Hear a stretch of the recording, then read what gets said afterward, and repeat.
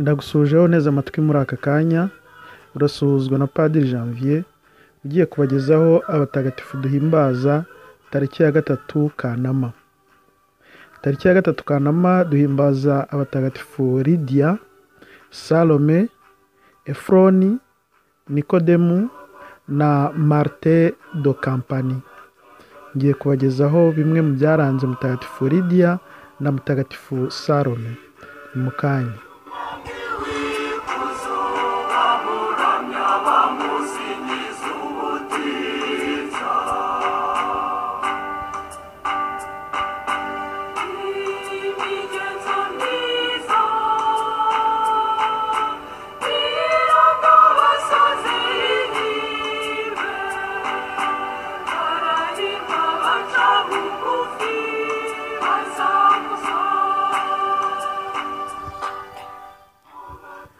Lydia ni umwe muri ba bagore bemeye kwakira ijambo ry'Imana igihe Paulo, Luka na Silasi bari bamusanze mu mujyi i Filipi ho muri Macedonia, akabakira akanabafasha mu butumwa bwo kogeza ivanjiri.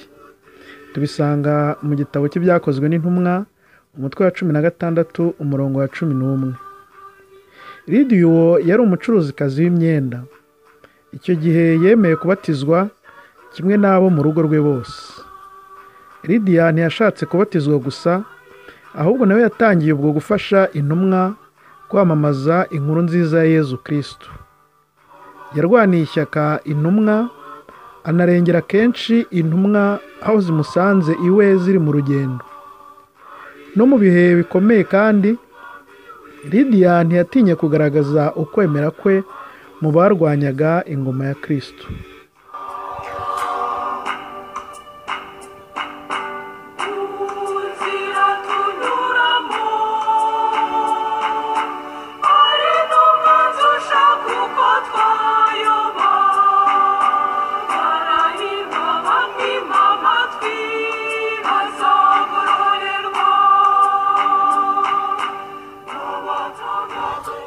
Turahimbaza kandi nk'uko nabibabwiye Mutagatifu Salome. Salome ni umugore wa Zebedeyi, akaba nyina w'intumwa Yakobo na Yohani, akaba ari no muri ba bagore bakurikiraga Yezu kandi bakabafasha mu mirimo ya buri munsi.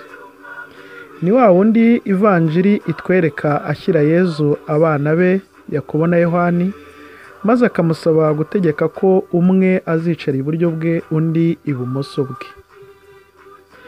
Mu gihe cy'urupfu rwa Yezu, Salome yari ari aho hafi y'umusaraba, ari kandi no muri ba bagore bagiye kugura umubavu wo gutera umurambo wa Yezu, hanyuma mu gitondo cya Pasika bagiye kumva gutera uwo mubavu bagasanga imva ifunguye.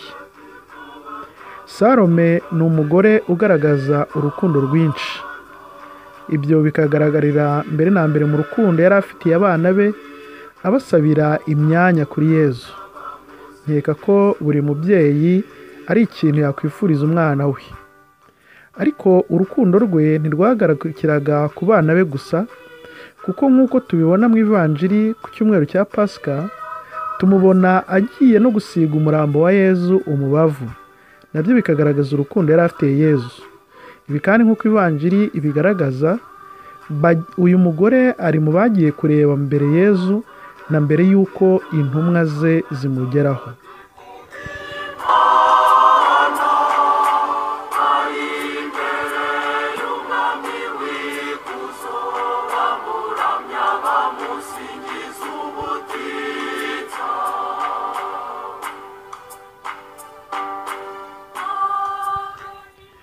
Umunsi mwiza ku bitwa ba Lydia, Salome, Efroni, Nikodemu na Marte do Campani.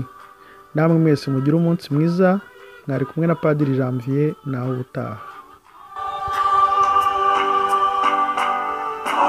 Amateka